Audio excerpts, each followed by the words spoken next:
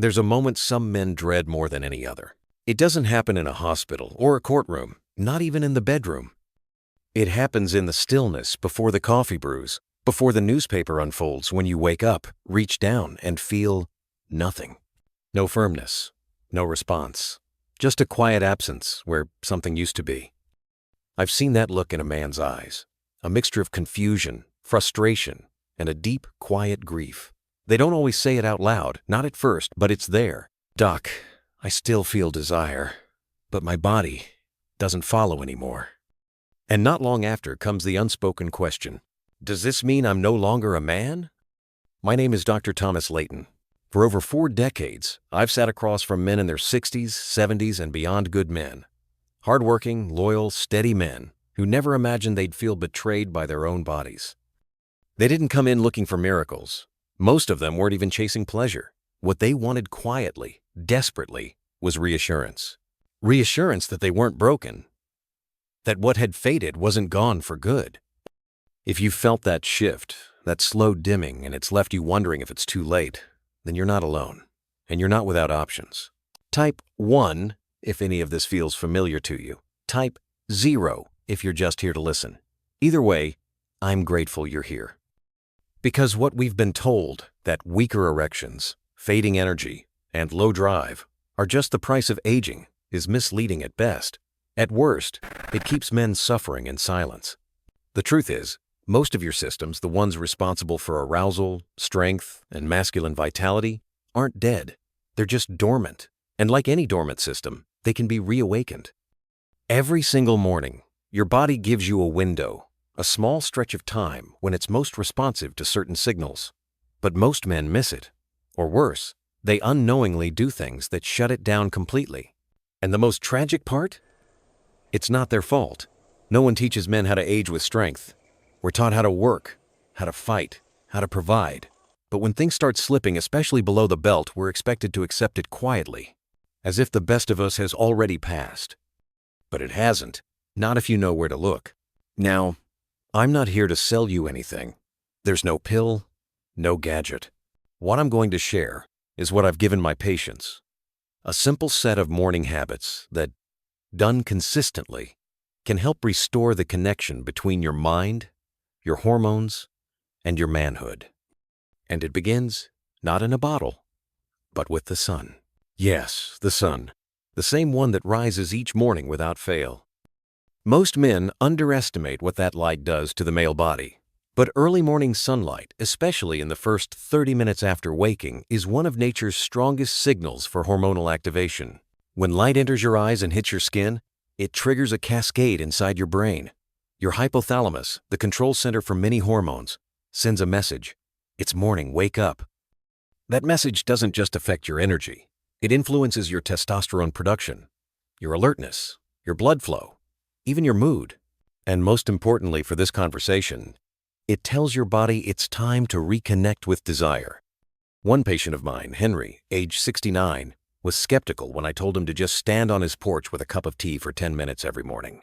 "That's it?" he asked. But he did it. Not just once or twice, but every morning, even in his robe, even when the sky was cloudy. And after 10 days, he came in with a half smile and said, "Doc, I woke up this morning and remembered what it felt like to be alive down there. Was it magic? It was rhythm, biology, nature working with him, not against him. You see, your body has been waiting for you, not the younger version of you, as you are right now.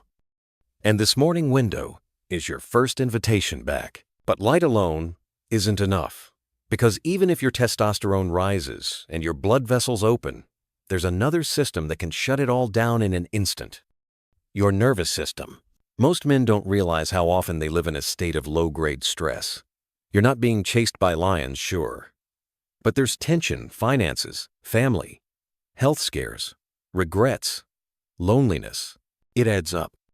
And when your nervous system senses danger, it closes the door to arousal. That's not failure. That's biology protecting you. You can't be in fight or flight and ready for intimacy. So what do? We breathe. Simple, right? But not just any breath. I teach my patients something called belly breathing. 10 slow breaths, in through the nose, letting the stomach rise, and out through the mouth, slow and steady. This activates the vagus nerve, the body's internal peacekeeper. And once that nerve is stimulated, it tells the heart to slow down, the blood pressure to drop, and the body to shift into rest and restore mode.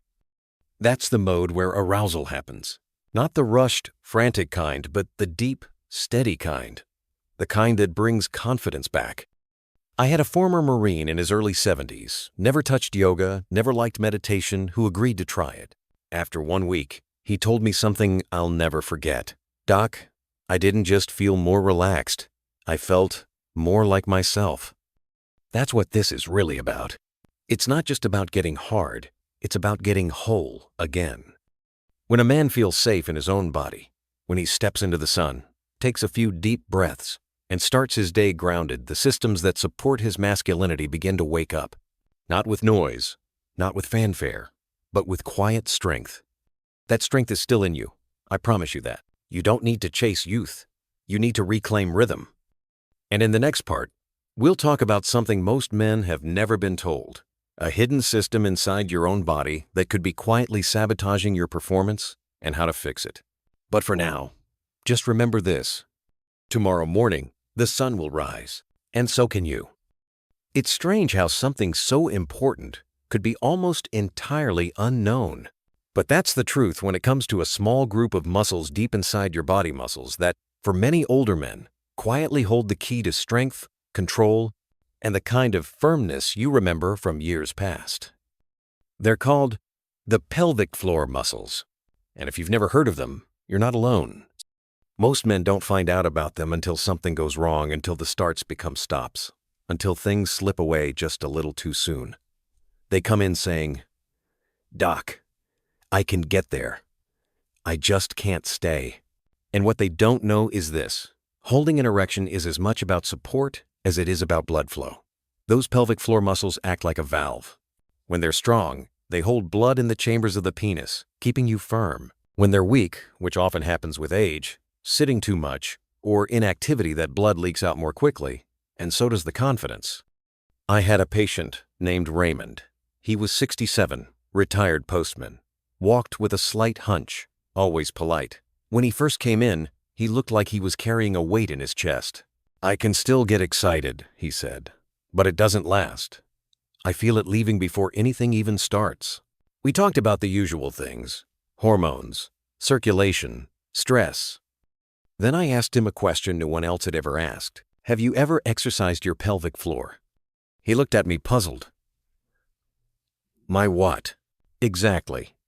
Once I taught him how to engage those muscles, the same ones you use to stop a stream of urine mid-flow, everything started to shift. Slowly, steadily, quietly. Each morning, while brushing his teeth, he did a set of gentle contractions. 3 seconds in, 3 seconds out. No equipment, no gym. Just him and a habit no one could see, but he could feel.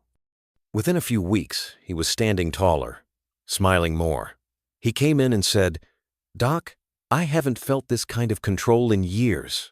And I'm not just talking about sex." That's the hidden gift. These muscles don't just affect your performance. They influence your posture, your confidence, even how you carry yourself in the world.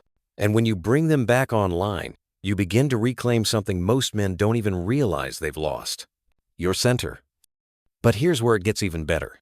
When you pair pelvic floor work with the sunlight we talked about, and the deep breathing that calms your nervous system, you create a synergy. Your body starts talking to itself again. Systems that had fallen silent begin to re-engage. And that's where momentum builds. Still, there's one more piece we need to address.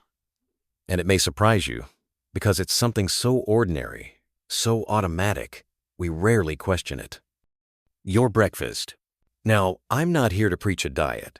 You won't hear me tell you to cut out every food you love or start juicing kale at 6 in the morning. But I'll be honest, most men start their day with a meal that quietly works against them. Coffee on an empty stomach. Toast or cereal loaded with sugar. Maybe nothing at all until lunch. And then we wonder why the energy crashes, why the mind feels foggy, why the blood flow isn't what it used to be. The truth is, your penis is a vascular organ. That means it's entirely dependent on the health of your blood vessels. And what you put in your body each morning either supports those vessels or strains them. I had a patient, Carl, 74, former high school coach. Tall guy, gruff voice, but kind. He'd never once connected his morning bagel and orange juice habit with his dwindling desire. He said, "Doc, I thought this was just aging. I didn't think breakfast had anything to do with it." But it does. We made one small shift: eggs instead of sugar, a handful of spinach sautéed in olive oil, a few slices of avocado, water before coffee, maybe a beet smoothie on the weekends. And it changed everything. He came in 3 weeks later and said, "I don't just feel better. I want again. I didn't realize how much I'd stopped wanting." That's the piece so many men overlook. It's not just about getting an erection. It's about reconnecting to the part of yourself that still longs for closeness, connection, warmth. Food can support that, or it can slowly rob you of it. The best morning meals for older men are simple, full of natural fats, blood flow, friendly nutrients, and enough protein to steady your energy. You don't need to eat like a monk. Just eat like a man who respects what his body's trying to do for him. Because that's the deeper truth here. Your body, even now, is not your enemy. It's not broken. It's just been waiting for the right support. And when you give it that support, light, breath, movement, and nourishment, it responds. Not overnight, not with fireworks, but with quiet, steady, unmistakable life. That's what I want for you. And yes, there's one last piece to this puzzle, the part that brings it all together, the part that makes these habits stick when motivation fades. We'll get there next, but before we do, I want you to hear this. You're not past your prime, you're just out of rhythm. And rhythm, my friend, can always be rebuilt. Rhythm. That's what we're really talking about here. Not a perfect schedule, not a strict plan, but a quiet, steady rhythm. Something your body can trust. A loop that begins the moment you open your eyes and says to your heart, your muscles, your mind, "I'm still here, I haven't given up." Because that's what consistency is. Really, it's a form of care. Not dramatic, not loud, but deeply loyal. And loyalty, my friend, is something older men understand better than anyone. We were raised to show up, not just when it was easy, but especially when it wasn't.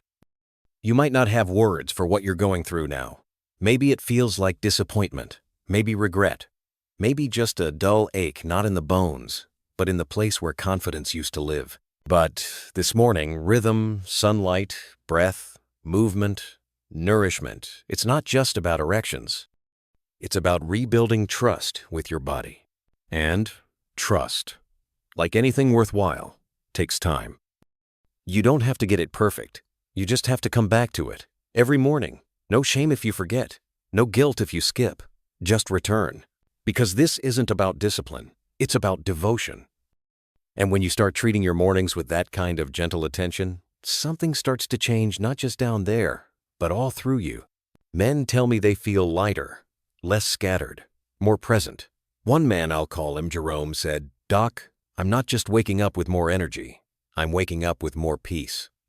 That matters, because when a man feels at peace in his own body, he stops chasing. He starts leading, quietly, steadily. But I want to tell you something else, something even more important than all the habits we've talked about. You have to know why you're doing this. Not just for performance, not even just for your partner, if you have one. You have to reclaim your rhythm for you.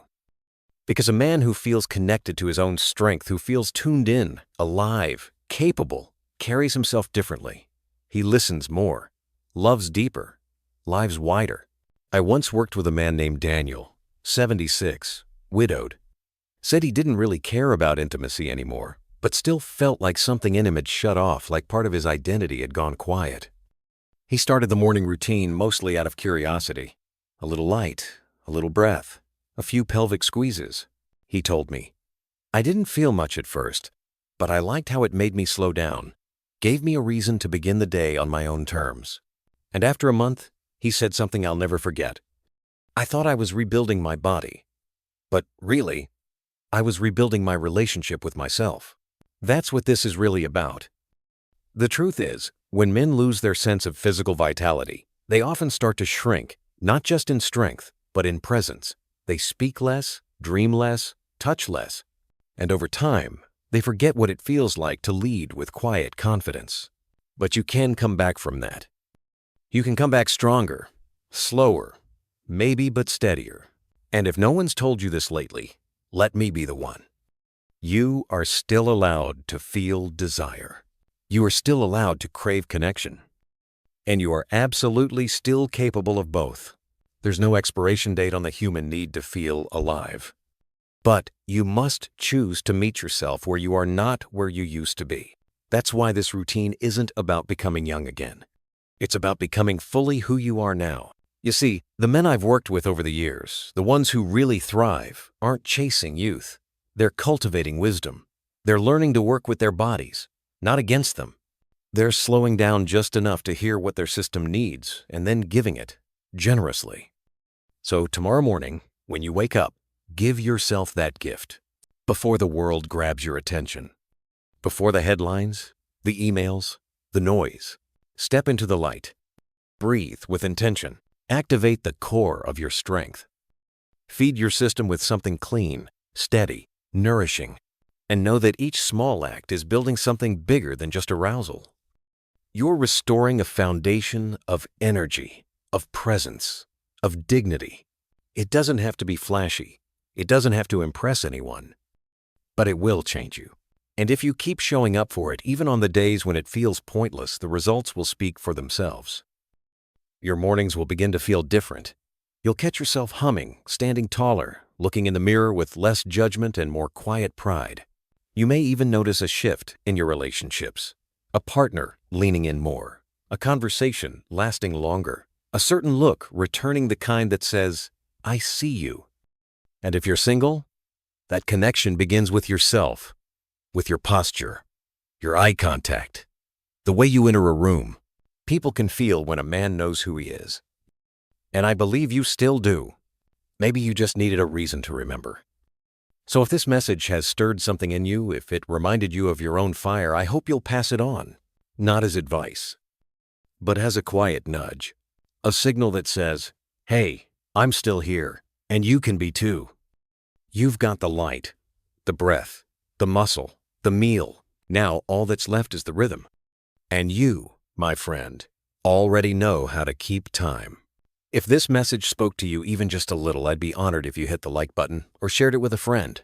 You never know who might be waiting to feel this way again.